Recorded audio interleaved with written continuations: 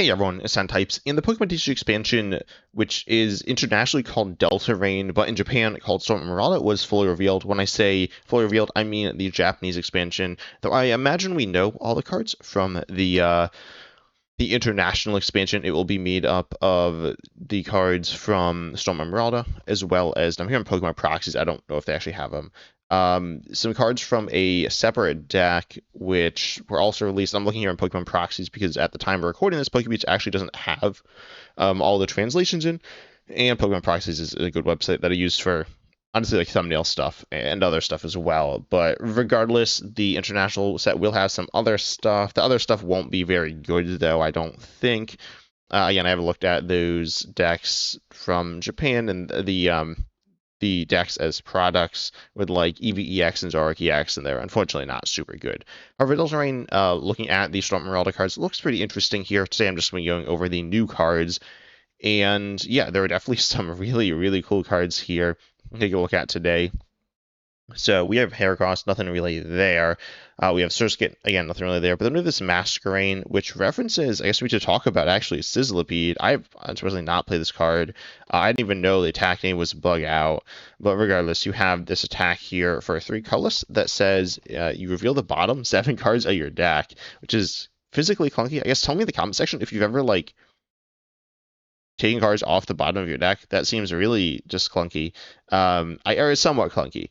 But regardless, you reveal that bottom 7, and then it does 50 for each Pokemon you find there that has the attack Bug Out, and then you shuffle the reveal cards back and discard the others. So your deck becomes more concentrated with the Pokemon with Bug Out, and then also you get rid of random cards, or potentially random cards, which is a little sketchy. This attack is 3 colorless energy. I'll just quickly go over. There are 3 Pokemon with, or no, sorry, I believe 4 Pokemon with Bug Out. Let me quickly look. I don't remember off the top of my head. Is there a 4th one?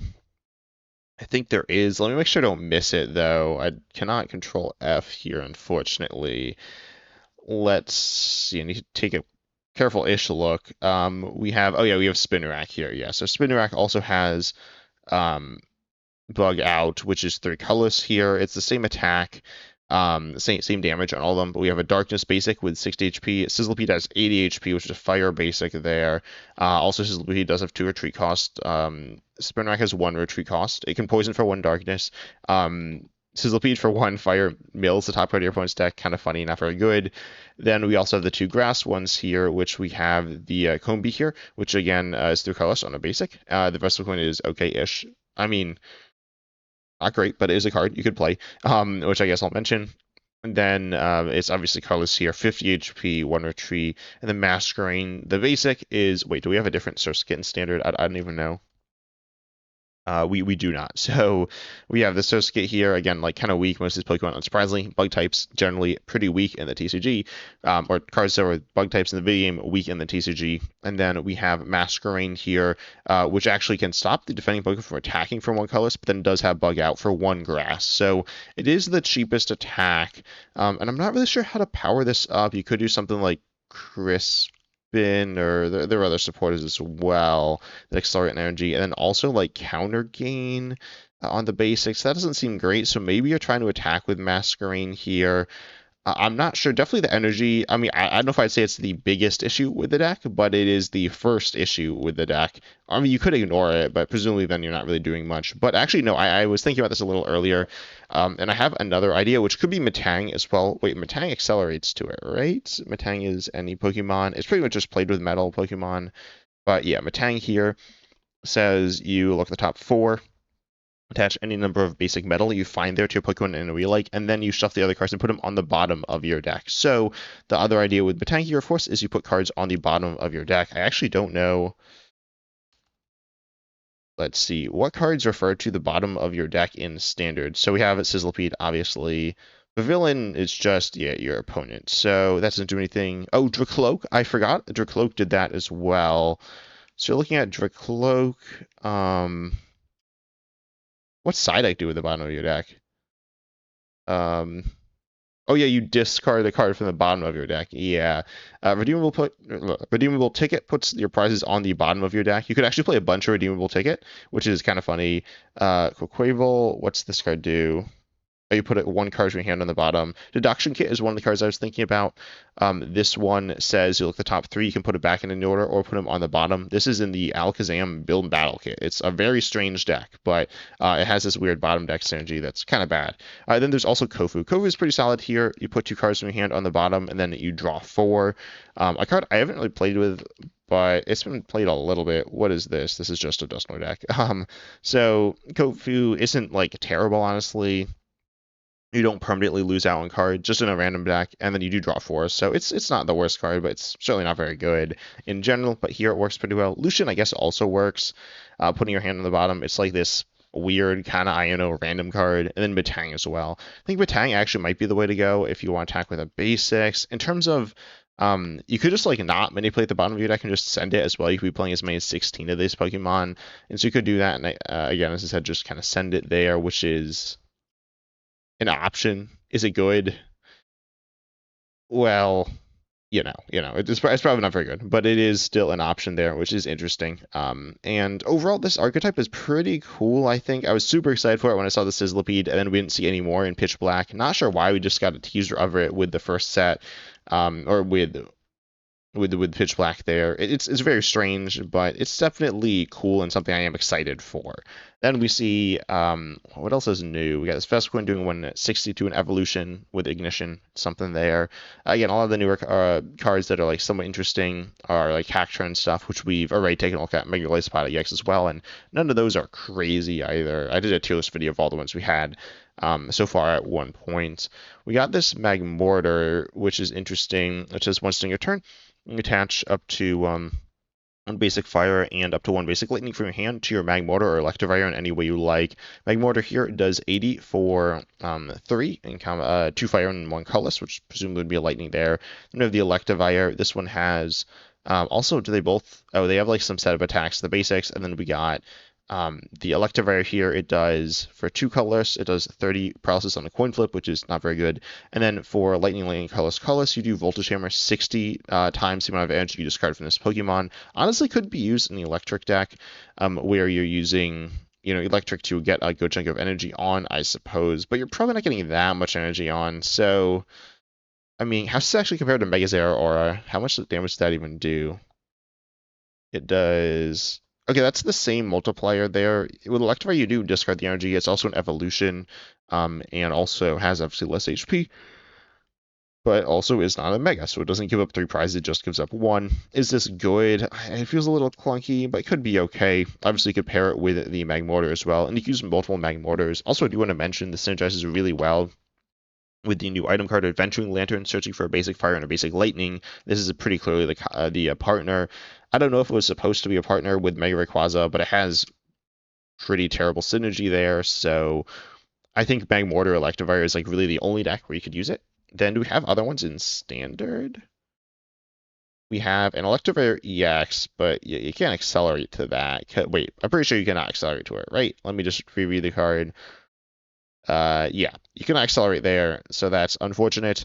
And there is, there's the Stellar Crown one. Wait, is this one standard? Oh, either. Okay, let me just search standard ones. So there apparently are 2 other ones. There's this one that is 220, but then you can't attack next turn, like at all. It's not like this Pokemon can't attack. No, you cannot attack, period. It's a card. It's definitely a not great card, because, I mean, if you win the game with it, it's okay. It's definitely worth using at the end if you can win, because it's pretty efficient, doing pretty good damage there. But obviously, if you don't win that turn, your opponent knows you're literally not attacking next turn. This one, if you have a water Pokemon in play, you do 160. What? Why is it? Okay, that's a weird card. And then Magmortar. I know there is the standard one. Okay, is this one standard? No. We got this one, which increases the burn damage, and on a coin flip burns. It doesn't even always burn. So, is there something here? It's not looking great. I'm not gonna lie. Then we have this generic Torkoal. We got this Heat Rotom EX. This one can do 30 for 2 colors. The second attack's like kind of whatever, not super good. With first attack, 30 for each basic fire in your discard. Then you shuffle all those cards back into your deck. And this is interesting here. Could be used as a fan share within Sacrilege. Maybe. I don't know. I mean, I suppose actually at the end of the game, you probably don't need a finisher because you just have Ledge. And then it is also 2 energy, so I don't know if that makes that much sense. And you're also probably running other types of energy like fighting and then maybe even some special energies and stuff. So it's I don't know. I mean, if this was 1 energy, it would be a lot better because you could use it a bunch. You can like do discard stuff, and standard discard isn't even that good to be honest, as we're kind of seeing with hide and sneak, and even with like the new Slowbro. Which, by the way, if you haven't played Slowbro, it's awesome and very hard to play. But Heat Rotom EX is pretty cool. Oh, also, if you haven't played Slowbro, make sure you check out my video or probably videos soon to be on it, and make sure you subscribe so you don't miss those. But Heat Rotom EX is not super good. Then we got this Heatmor, which I don't even know if it's new, but it's not that good. We got this Manton. Again, don't know if it's new. It's not that good. Kyogre does. If you have a stadium with legendary in its name, which if you didn't know are the stadiums where you have like 2 of them in play at the same time, or 2 cards to be one stadium, then you do 100 for 3, and then you do 50 to each your opponent's bench Pokemon. It doesn't really synergize with, I mean, maybe the new one, which we'll take a look at. It doesn't synergize with either 2 we saw before.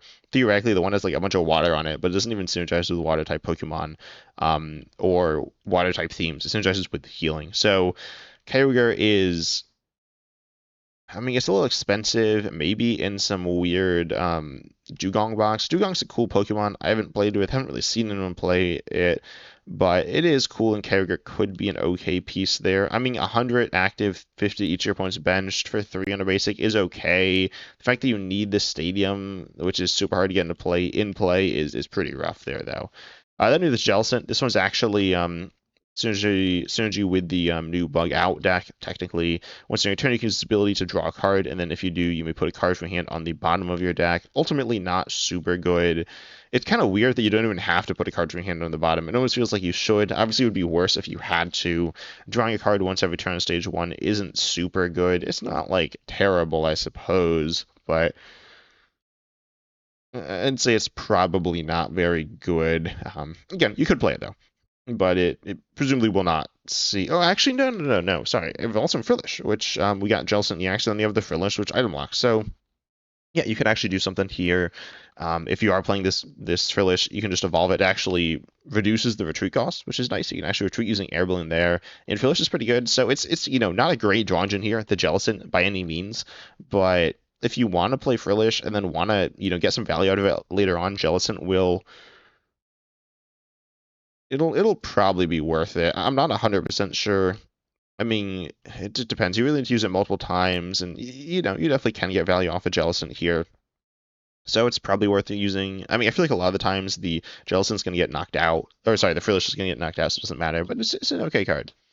Then we got the Electivire. We got Raikou EX. Turn 1 going first. You can use this attack. You search your deck for an energy and attach to this Pokemon. It is actually any energy. It does not need to be basic, it looks like. So you could accelerate the special energy. Then you have this 200 for 3 attack. And then on a coin flip, you can attack next turn. I don't know. This attack's not, or this Pokemon's not very good. It's honestly not terrible, though. Turn going first, you use this. You then turn 2, going first, you swing for 220 with a special energy there, or just 200 or whatever you need. And then you can take a knockout on like a 2-prize basic and then just kind of be ahead. I mean, that situation seems not super likely to happen there, but it's definitely not a terrible option. Theoretically, in a lightning like electric deck with that, maybe Iono's Kilowatt as well. I really want to play the electric and Iono's Kilowatt together. I've messed with some stuff. It's felt pretty bad, but honestly, Raikou's not terrible here as like a one of in the early game. It does have free retreat. You really need to get into the active turn 1, which is kind of clunky though, but it's not terrible. You could even play it in really high count and then have it as a pivot and then, try to start it as well. I don't really like it. I mean, it's just not a very good attacker in general as the game goes on. It's not even great early on. It's just okay, but it's, pretty low commitment there on turn 1. So Raikou EX is, I don't know. It's better than I was thinking, but it's not great. Then we got Thundurus, which we talked about. We got Pincurchin doing 20 for each energy attached to all your opponent's Pokemon. Could be used in some situations. If it was a better type to hit for a weakness, it would be decent, but it's not very good. We got this Kilowatt with Raid being able to do 120 for 1 Lightning, which is okay, I suppose. Not that good. We got Hypno, which does 20 for each card in your opponent's hand. We actually saw or slash see the same attack on Chandelure in standard. Not very good, but kind of funny. Or yeah, on Chandelure from I think Twilight Masquerade, or yeah, I think Twilight Masquerade, maybe Temporal Forces, but I think it's Twilight Masquerade.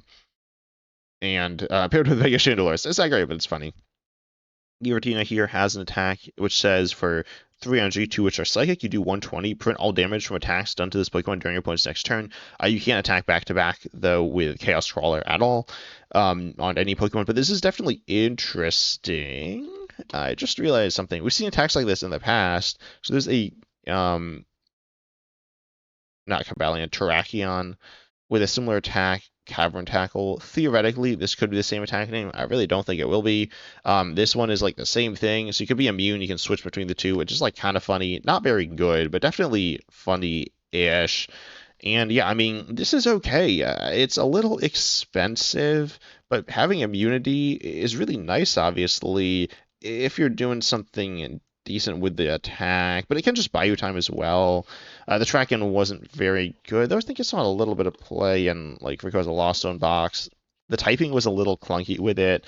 Giratina with Psychic Energy here, I think is workable if you're using, like, Wondrous Patch, or even maybe a Lily's box. I don't know. I mean, it doesn't feel amazing. It's just a little expensive, but, I mean, you can do decent, which isn't great either. You can one-shot single prizers, and I don't know, you can like one-shot Bolt with lilies or something, but that doesn't seem very good.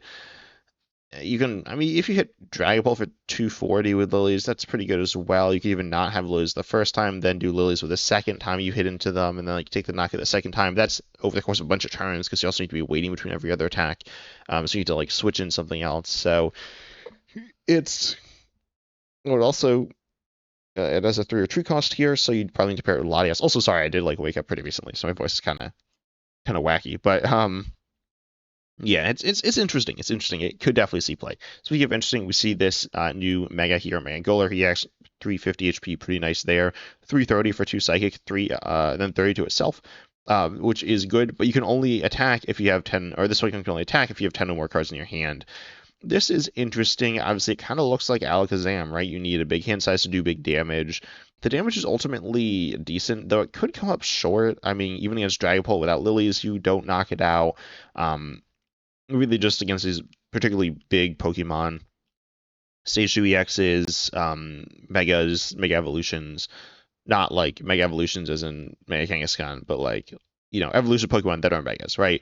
You're not one-shotting those necessarily, so the damage is good, not absurd, especially for the fact that, I mean, the requirement of having 10 cards in your hand is awkward. Oh, by the way, if you didn't know, there's a card that actually works with 10 cards in your hand as well, which is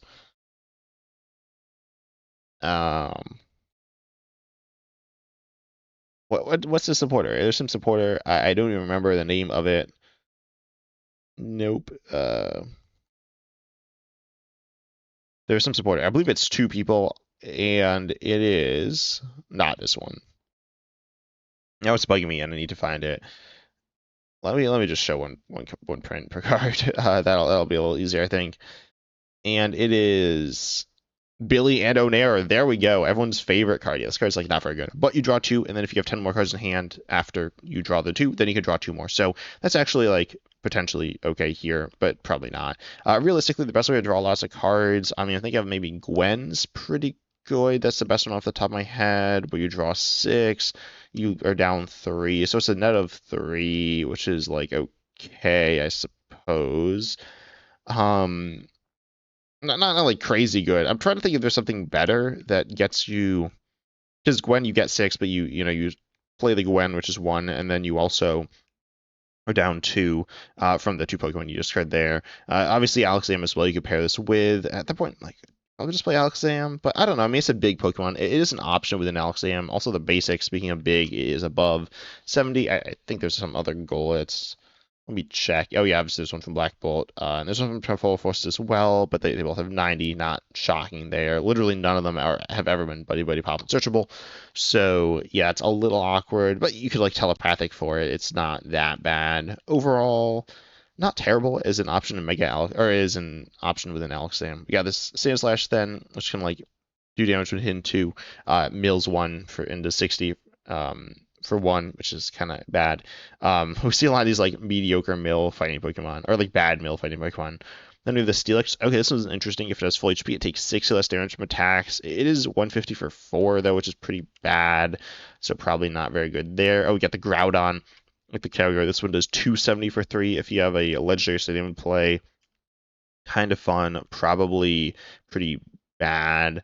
Then we got the Nidorans, and so we got Nidoqueen here, which says once during your turn, you can flip a coin if heads, switch one of your opponent's benched with their active.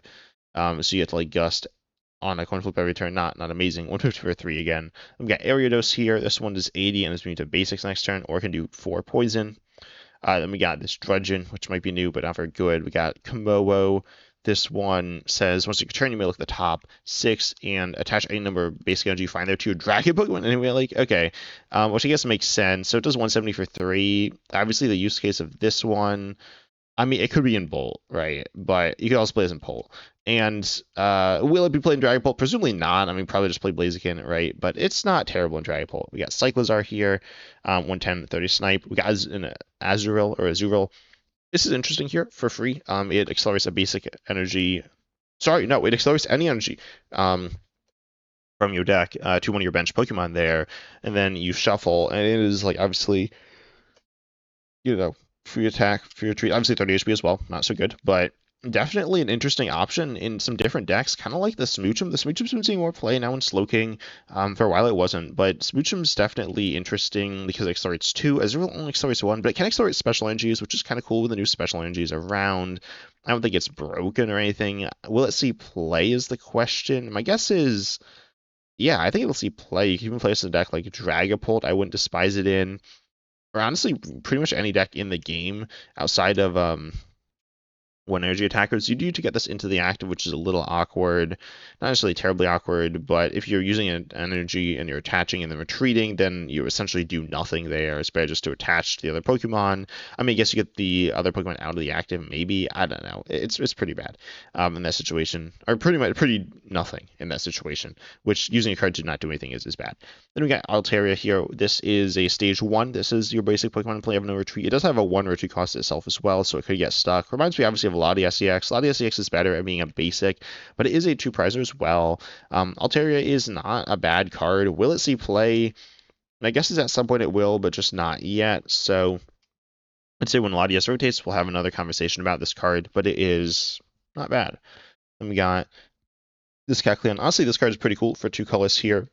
You reveal any number of Pokemon to your hand. You do 30 for each type Pokemon revealed in this way. Of course, this can be doing as much as 300 there, as there's 10 types of which you should subscribe to, right? But yeah, you can do 300 for 2 colors. Pretty good. Obviously, you know, that's kind of hard to do because that's a lot of cards in your hand. That's 10. How do you pay this? I mean, it's doable. What Pokemon are you even putting in this deck? I don't know. It's a cool like idea though. Definitely a fun card. Again, probably not a very good card, but definitely a pretty fun card there. Then we got a couple of trainers here. We got Tate and Liza's Training. This card says you draw 2 if there's a legendary stadium in play. Then you put it into your hand, say we discard. Pretty terrible though. Draw 2 is not good. And I mean, it's better than what Caretaker or whatever the supporter is, which goes back into your deck, but it's pretty bad. And then you have Legendary Lava Lake. This honestly looks kind of sick, I'm not going to lie. I guess this is why it's like themed around, this is why I kind of wanted to look at this, a Poke Beach, because you can't really read this, but it's kind of themed around Kyogre and Groudon, I guess. But regardless, we see this card here, and it says that evolution Pokemon in play, both yours and your opponents, have no abilities. This is definitely a pretty interesting effect here. Obviously pretty rough against some decks. The question is, what things is this good against? So you look at things like Dunsparce, you look at things like Noctowl, and those are going to be turned off by the Team Rocket's Watchtower Stadium. So at that point, it's kind of like useless, right? And then, or not useless, but just like worse than a regular stadium. And you look at other stadiums in the past that turn off abilities, because this does turn off other stuff that's decent, like Dracloak. Again, there's things I did mention which are fine, but like even against Alakazam, it turns off Alakazam as well, which is like, it's another Alakazam counter. It's not even a very good Alakazam counter because they can probably just balance it pretty easily with Battle Cage presumably, but it is an Alakazam counter, and yeah, it's I don't know. It counters some things. I'm trying to think of other ones it counters. There's Cynthia's Goodbye. I mean, there's just a good chunk of random cards it stops, which is decent. The issue is it is, you look at like Path, where this might be a similar power level to Path, which was very good. Even Silent Lab.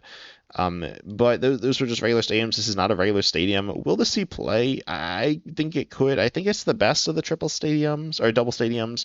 Legendary Summon is okay as well, but more gimmicky, I'd say. I could definitely see Legendary Lava Lake really shutting down your opponent in certain situations if they just don't have a way around it, which, again, they can't necessarily easily search. So I definitely kind of like this card. It looks super sick as well. I'm not gonna lie. Overall, it's definitely a cool card. Is it good? It's okay. It's definitely not bad. I wouldn't say it might not see play because it's really hard to get into play, but it is pretty cool. But anyways, tell me your thoughts on these cards in the comment section. Make sure you like and subscribe because that really does help support me in the channel. But again, make sure you comment down below your thoughts because I really want to hear your thoughts. I'm not exactly sure what to think on a bunch of these, and I'm really excited to mess around with, or at least think about the bug out cards. Definitely not as good of a set as Pitch Black. Pitch Black is like super sick, but overall still a pretty cool set and very excited for it. But I hope you all enjoyed, and as always, I'm excited to see you in the next video.